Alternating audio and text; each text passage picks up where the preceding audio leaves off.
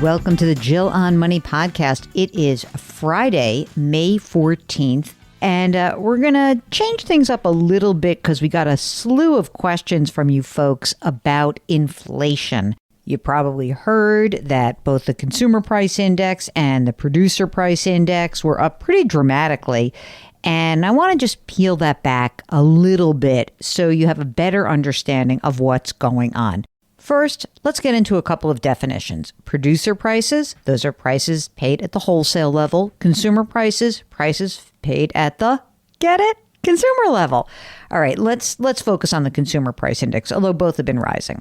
We got a report out and we found out that consumer prices, that's the price that people pay for all goods and services, jumped by 4.2% from a year ago. And it was the strongest annual increase since 2008. And sometimes we talk about something called core CPI, and that strips out volatile food and energy components. Those can move around a lot. Like, for example, this pipeline thing, it's going to cause gas prices to go up, but they're going to come back down. Okay, core CPI strips out those volatile components. That increased by 3% from a year ago.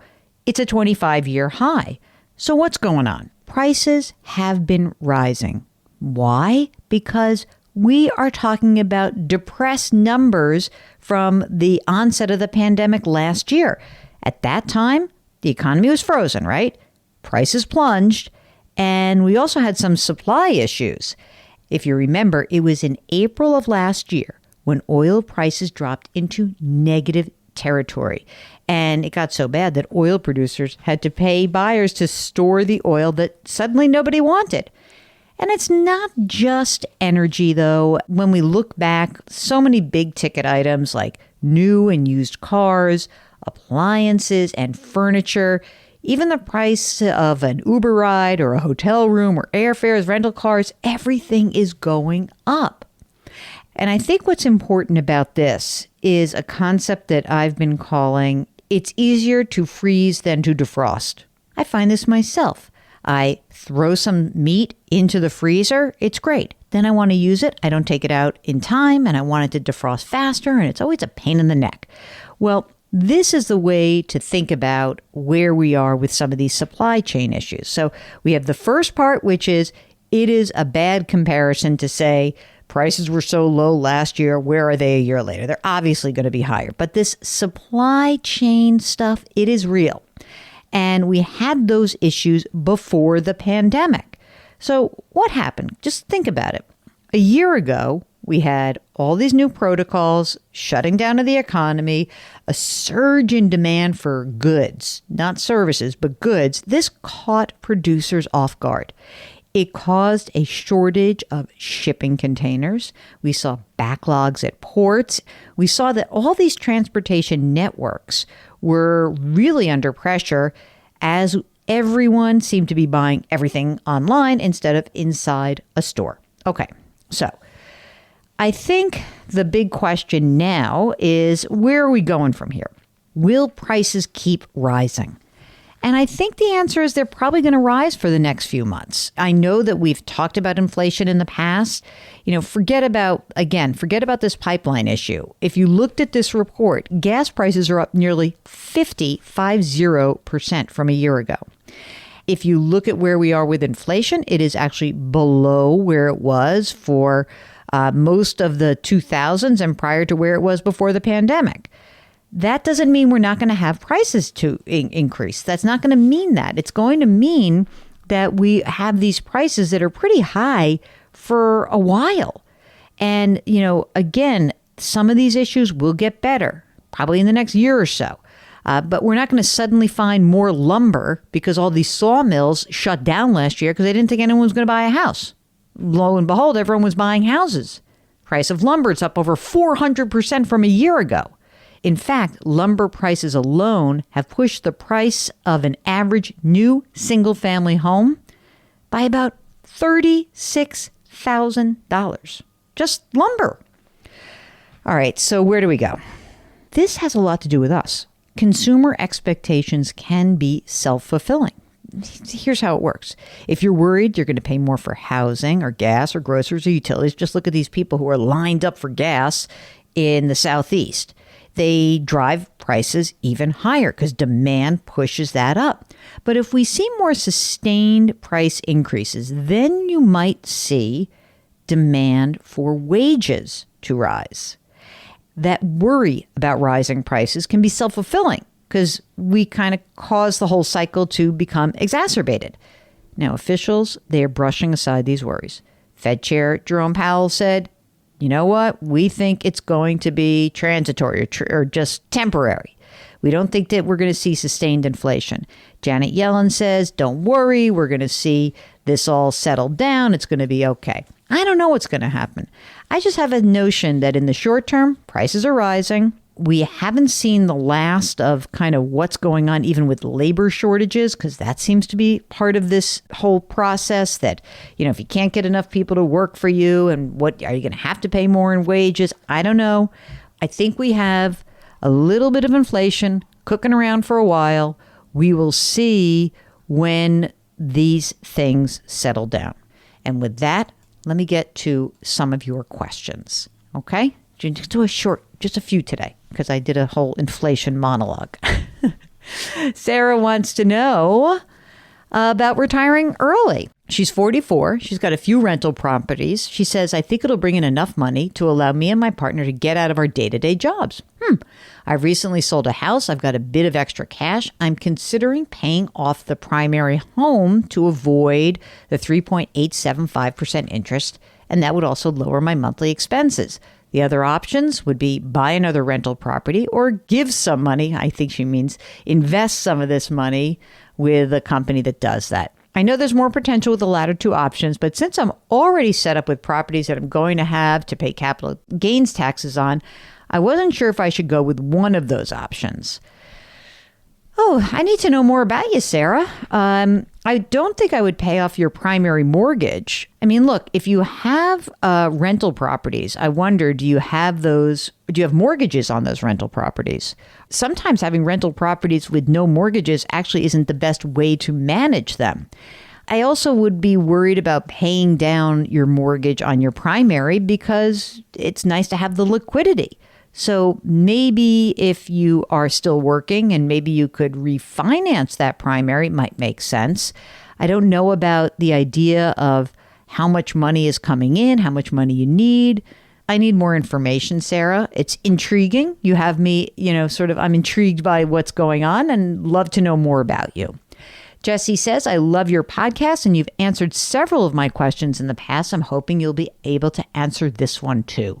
I recently started a new job and became eligible to contribute to the 401k plan, which is through a company called Securian.